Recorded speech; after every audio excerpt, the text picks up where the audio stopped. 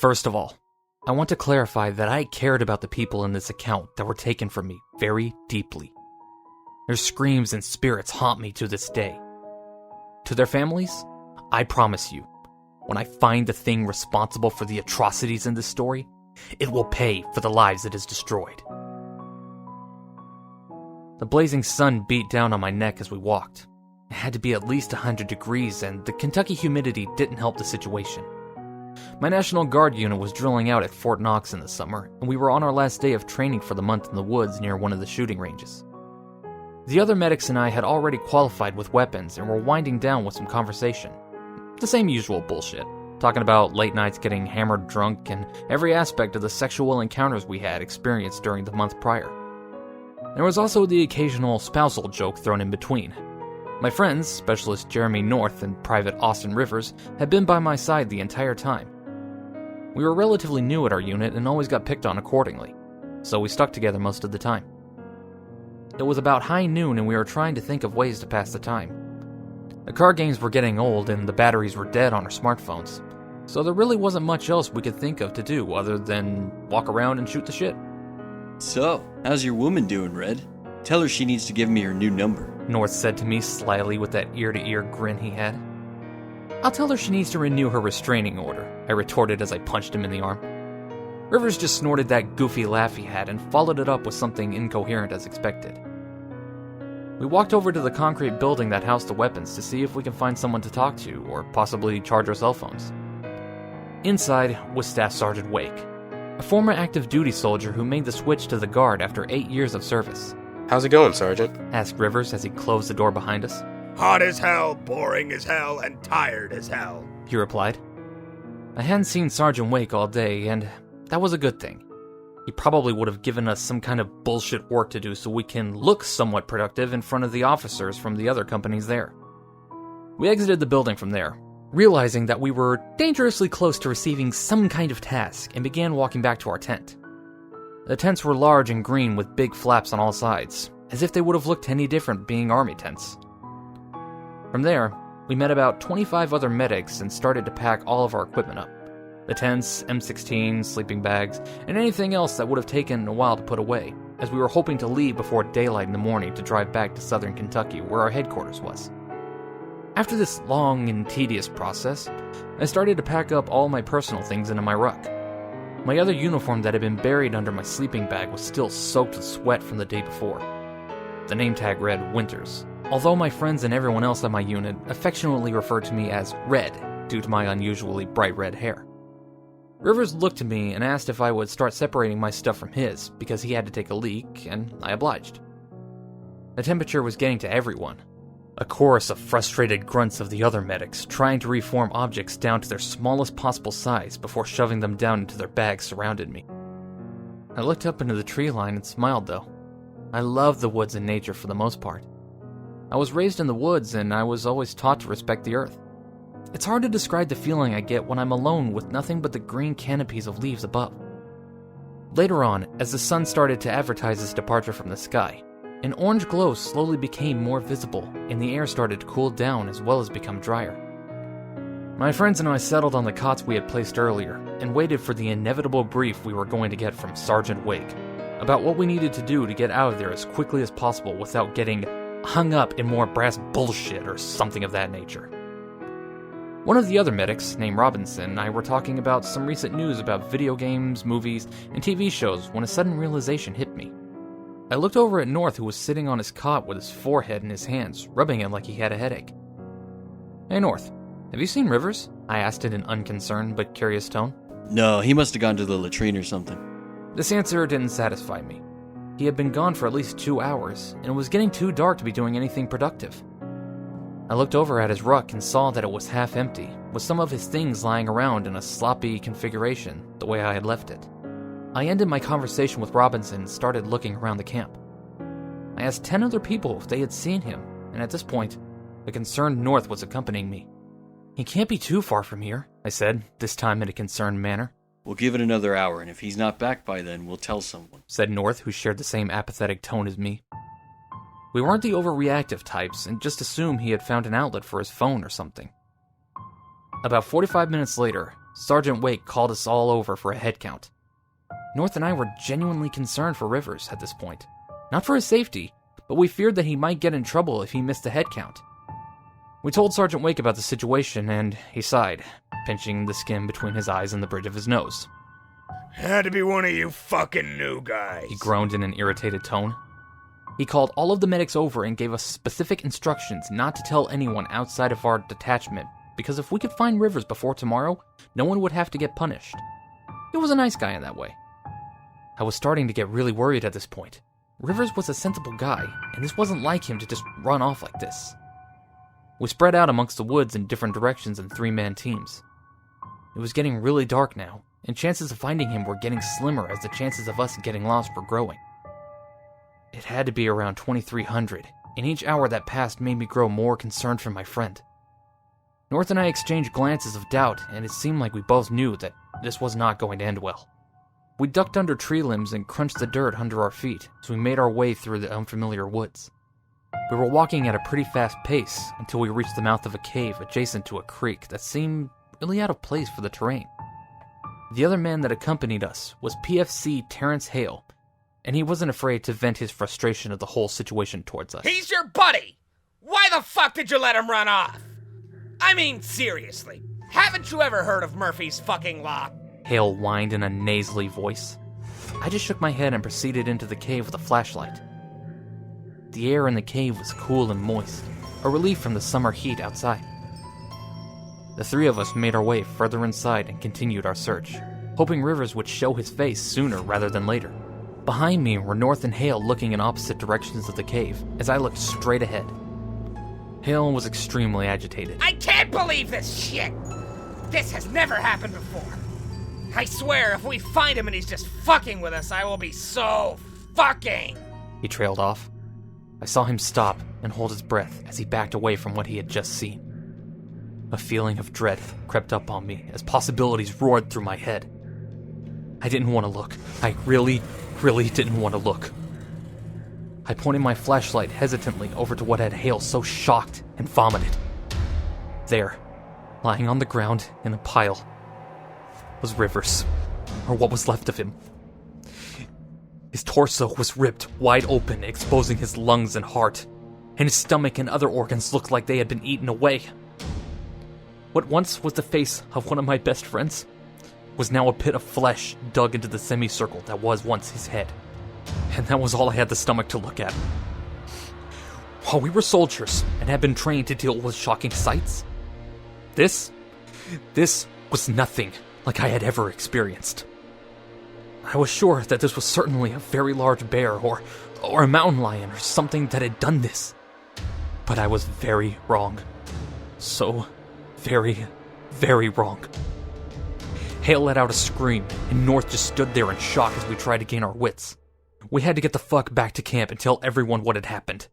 We started out of the cave when we heard it. The low, bellowing moan of the thing that inhabited the cave. I froze. I had never been so disturbed in my life to hear a sound. It was accompanied by footsteps that mushed the clay and mud underneath it. As it approached, I began to smell the odor of decay, the pungent stench of something reminiscent of a dead animal. North and Hale began shining their flashlights in the direction the sound was coming from, and Hale dropped his when we all saw it. An enormous, disgusting humanoid creature took up the entire entrance to another chamber of the cave. He glanced over at us and began taking several awkward steps toward us. The more I saw of it, the more I wanted to vomit the rest of my dinner. Its stomach was swollen with the remains of Rivers, and it walked on 2 long, hairy legs. The entire thing was covered in thick, matted hair from head to toe, and its long, wide arms ended in 2 skinny hands with sickeningly long fingers that were reminiscent of a spider's legs. The creature had to be at least 8 feet tall, standing upright, and weigh at least a ton. It appeared neither male nor female, and had a head that resembled something close to a deer or a goat, with a huge, gaping maw that housed several dull, bloody teeth, several inches apart, and pitch-black eyes. Slimy saliva dripped from its mouth, and I could smell the disgusting odor of my friend's remains on its breath. Hale fainted when he realized what he had seen. I wanted to as well, but I fought it as hard as I could, and then the room started to spin.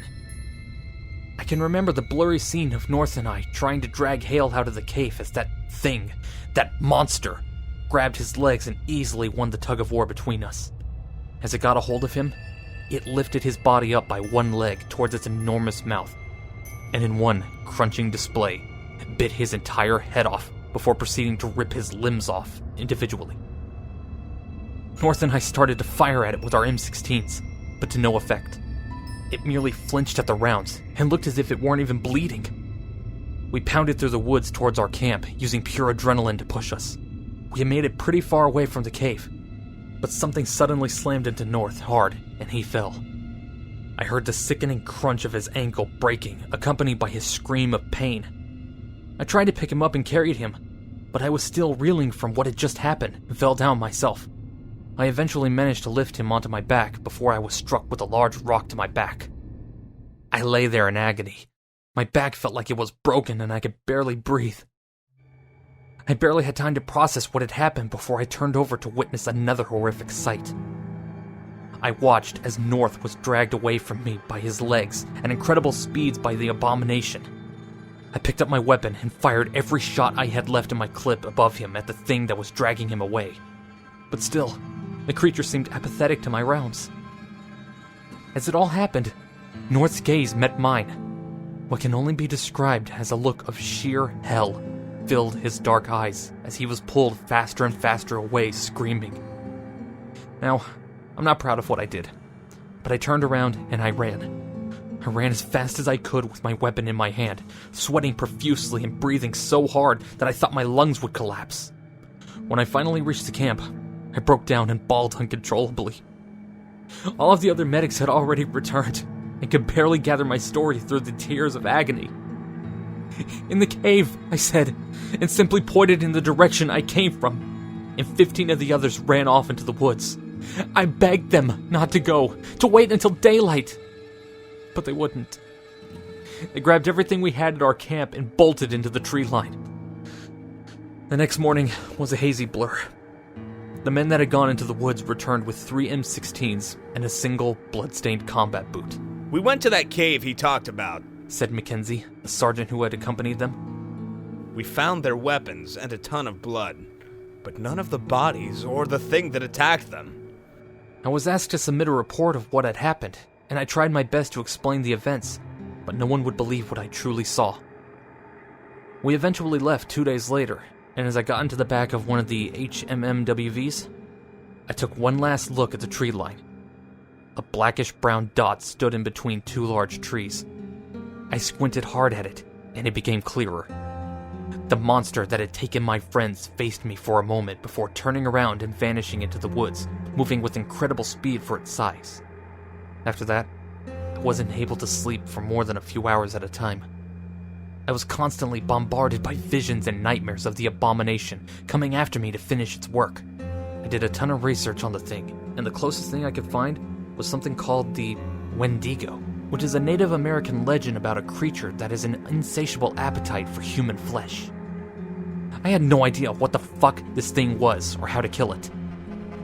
The entire experience had turned my world upside down, and I was making it a point to move away from Kentucky and as far away as possible once my military contract was finished. The following night, I looked out my window and saw something that sent a violent chill down my spine.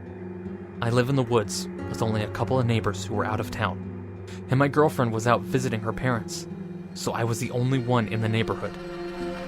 As I stared into the darkness, I saw the disgusting deer head of the creature with its mouth gaping wide open. I instantly jumped up and grabbed my Remington 12 gauge along with a box of shells. I said a prayer, clutched the cross I always wore around my neck, and ran out to meet the creature. It had moved from its original spot. I grabbed my flashlight and headed towards its direction, but stopped myself. "That's exactly what it wants," I said to myself. I went back up into my living room, picked up my phone, and called the police. I made up some bullshit story about a home invasion so they would actually come. I was not going to let this thing kill me or my girlfriend. I started back onto the porch to keep an eye on the thing, but it had moved again. This time, I panicked.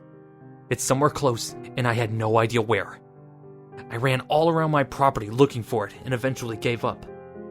I returned inside and resigned to waiting for the police. At this point, my head was pulsating and my eyes started to become blurry again. I collapsed on the floor and looked up to see the creature standing about 5 feet away from me on all 4 legs. It reached out to me with its mutant hands, but I managed to gain the strength to get up and run. I sprinted outside and collapsed in the driveway, which ran parallel to a steep decline that led into the woods. The monster, now walking bipedal, became more visible in the light of my porch. It was a grayish color with wrinkled skin, as if it had been soaking in water for days. Its matted hair contained bits of blood and flesh from its past victims, and its face was what terrified me the most. Its disgusting face housed black eyes that revealed to be pits of where eyes should have been, which led me to believe that the creature relied off its senses of hearing and smell to hunt. It crouched over me and wrapped one long bony hand around my face. Its skin felt like that of a squid's, and the smell made me want to vomit. This is it, I thought. My life is over. My survival from weeks earlier was just prolonging my death at the hands of this monster. It lifted me up with its second hand now wrapped around my torso as it moved to take a bite out of my neck, when it suddenly stopped. The sound of police sirens was now very close. The thing apparently didn't like large groups of people and didn't want to get caught. It dropped me to the concrete and started slinking its way back into the woods, but I wasn't going to let it get away that easy. I ran as hard as I could and jumped down the decline after the creature. I barreled into the thing with all 200 pounds of my body weight and sent it careening down the hill. It was pissed now and started running back up the hill towards me with shocking speed. I barely had enough time to let out a buckshot right into its mouth as a slimy substance similar to pus shot out of the creature. I had heard it! The creature wasn't pleased and grabbed me with both disgusting hands. It immobilized me as it began slowly lowering its gaping wide mouth towards my head. I fought it as hard as I could, but to no avail. Seconds away from certain death, I started praying. I prayed harder than I ever had before, and the creature stopped and threw me down. It backed away, writhing in pain like I had seriously damaged it. I began praying again. My Father, who art in heaven, hallowed be thy name. Thy kingdom come, thy will be done, on earth as it is in heaven. And started walking towards it, blasting at it with the shotgun, each shot putting pus-oozing holes into its stomach and neck. As I advanced, the creature turned around and ran faster than it had in our previous encounter into the woods. I screamed at it with tears rolling down my eyes as it limped away through the trees with its impossibly big body. The past few weeks have been hard. I've been to 3 funerals, gone through several police investigations, and I've barely been able to sleep. I rented a cabin far away from my girlfriend until this is over. I'm convinced that the Abomination has marked me, and I refuse to be the cause of her death as well. As far as she knows, I'm visiting some friends down in Tennessee. Now, the thing not only threatens me physically, but also in my dreams. I wake up some nights screaming about the things I see. I know as well as it does that this is not over and that it will come back for me. I can only speculate on how much time I have left. I want this to be a record for anyone who may find it if I don't make it out alive this time. If I'm never seen or heard from again, tell the Winters family that I love them very much. And tell Jessica Small that I never had the courage to ask her, but I was planning to make her my wife someday. There's a thunderstorm outside, and I can see the shape of a figure between the lightning strikes. I would have been able to dismiss it as a trick of the mind, but there's one inescapable thing I noticed about what I just saw. The glint of service tags wrapped around its wrist.